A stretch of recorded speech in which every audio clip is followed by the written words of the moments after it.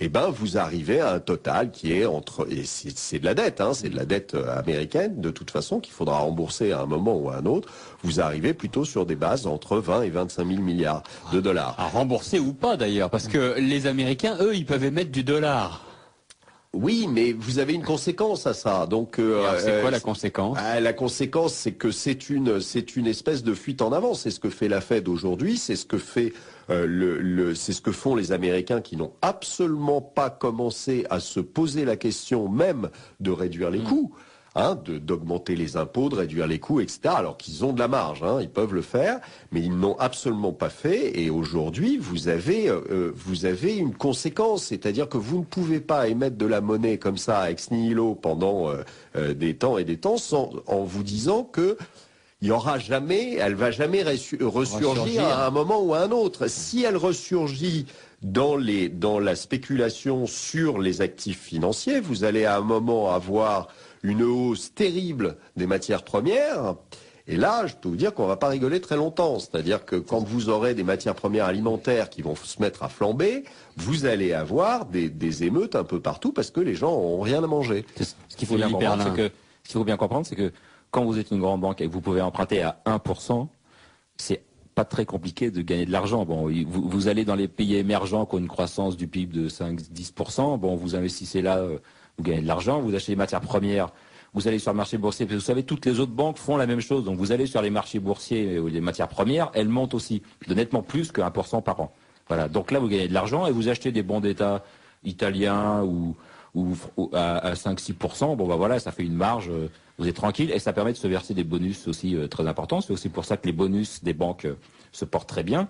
Voilà, mais tout ça, on comprend bien que c'est construit sur du sable, c'est une bulle, et que cet argent, un jour ou l'autre, s'il se repart dans l'économie, enfin déjà, il commence à y revenir justement par la matière première, donc on va avoir un retour de l'inflation qu'on note déjà que les consommateurs, constatent déjà quand ils font leurs courses, quoi. Les prix des matières premières, ça se voit, les prix des pâtes, tout ça, ça commence à monter. Bon, ça se sent, même si l'indice des prix minore un peu ça. Bon, et on va commencer à avoir de l'inflation, mais toute cette monnaie-là, on comprend que c'est une bulle, ça tourne comme ça. Et ça permet de générer des profits dans le secteur financier. Je crois qu'il faut faire attention. Il faut bien comprendre que on ne retrouvera pas l'inflation qu'on a eue dans les années 70, où vous aviez la moitié des salaires qui étaient indexés sur l'inflation, où vous aviez un monde qui était nettement moins mondialisé, ce qui permettait aux entreprises de monter leurs prix et donc de garder leur marge.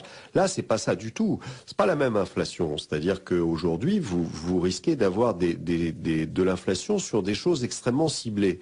Et qui par exemple par exemple les matières premières, par exemple, mais ça ne veut pas dire pour ça que les entreprises vont pouvoir maintenir leur marge. Si elles maintiennent pas leur marge, à ce moment-là, vous êtes dans une récession et voire une dépression assez importante. Donc elles pourront plus virer beaucoup de gens puisqu'elles les ont déjà tous virés. Donc ça ne sera pas pire que maintenant. Mais en revanche, vous aurez très probablement une inflation tout à fait différente de celle qu'on a connue dans les années 70 et qui risque d'amener beaucoup plus de problèmes. C'est-à-dire que ce que je vous disais tout à l'heure, il faut quand même faire une petite liaison entre ce qui s'est passé dans les pays arabes récemment et l'inflation des prix alimentaires.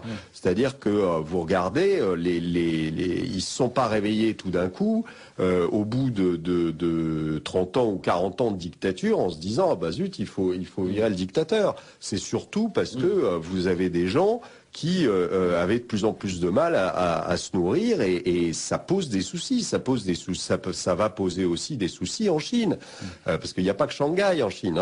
Vous avez toute une partie de la population chinoise qui a du mal à se nourrir et si les prix montent, ils risquent d'avoir des soucis. Voilà, donc c'est pas du tout le même jeu. On n'est pas en train de jouer le même jeu qu'on a connu dans les années 70, comme on n'est pas du tout en train de jouer le même jeu qu'on a connu dans les années 29-31.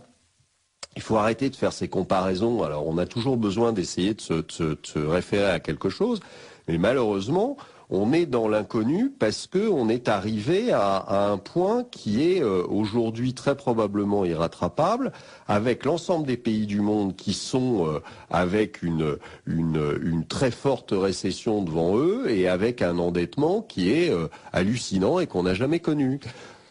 Vous êtes à l'écoute de Radio Courtoisie. J'ai le plaisir de recevoir Philippe Herlin, chercheur en finance pour son dernier livre Repenser l'économie, et Olivier Delamarche, gérant dans la société de bourse Platinium Gestion.